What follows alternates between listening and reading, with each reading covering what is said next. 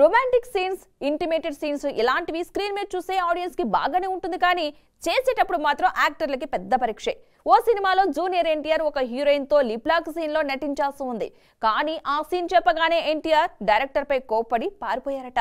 నేను ఇలాంటి సీన్ చేయను బాబోయ్ అంటూ చేతులెత్తేశారట. ఇంతకీ తారక్ లిప్ లాక్ పెట్టాల్సింది ఏ హీరోయిన్ కి? వాళ్ళతో ఆ సీన్ ప్లాన్ చేసిన డైరెక్టర్ ఎవరు? ఇప్పుడు చూద్దాం. జూనియర్ ఎన్టీఆర్ చేత ముద్దు సీన్ ప్లాన్ చేసిన డైరెక్టర్ మరెవరో కాదు, దర్శక ధీరుడు Rajamouli. Student number 1 super hit తర్వాత తారక్ జక్కన్న కాంబోలో వచ్చిన బ్లాక్ బస్టర్ ఫిలిం సింహాద్రి. ఈ సినిమా క్రియేట్ చేసిన సెన్సేషన్ అంత ఇంత కాదు. కలెక్షన్స్ రికార్డులకైతే లెక్కేలేదు. ఇక ఇందులో అంకిత, భూమిక హీరోయిన్లుగా చేశారు. అయితే భూమికతో ఎన్టీఆర్ కి ఒక లిప్ లాక్ సీన్ ప్లాన్ చేశారట రాజమౌళి.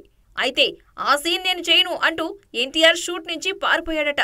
అప్పట్లో ఈ న్యూస్ బాగా ట్రెండ్ అయింది. అప్పుడే కాదు, ఇప్పుడు కూడా రొమాంటిక్ సీన్స్ లో నటించును అంటూ తారక్ తెగేసి చెప్పేస్తున్నాడట. ప్రస్తుతం ఈ న్యూస్ నెట్టింట వైరల్ అవుతోంది.